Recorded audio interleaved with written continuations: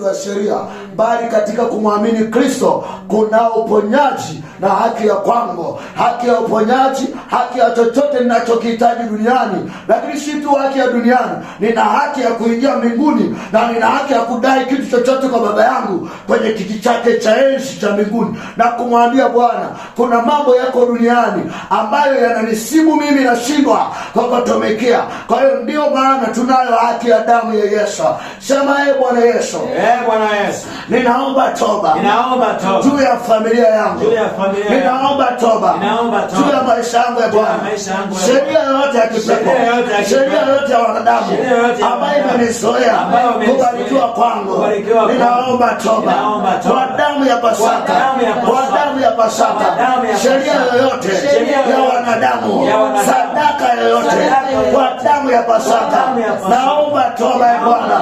Kila kinachozuia haki ya damu yako na baraka zangu leo Baba, ninaomba neema zako. Kila hatia, kila mashitaka, kamba za udhalimu, ninaomba toba kwa damu ya Pasaka, kwa damu ya Yesu Kristo, kwa damu ya msalaba, kwa damu ya Mungu wetu Yesu Kristo.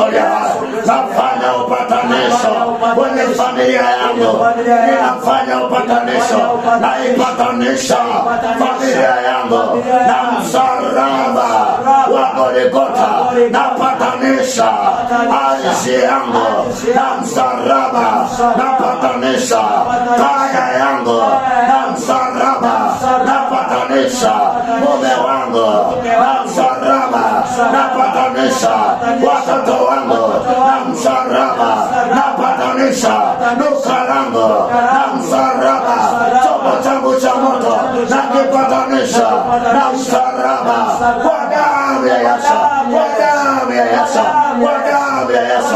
Uzao wangu na upatanisha na msalaba, kwa damu ya Yesu, kwa damu ya Yesu.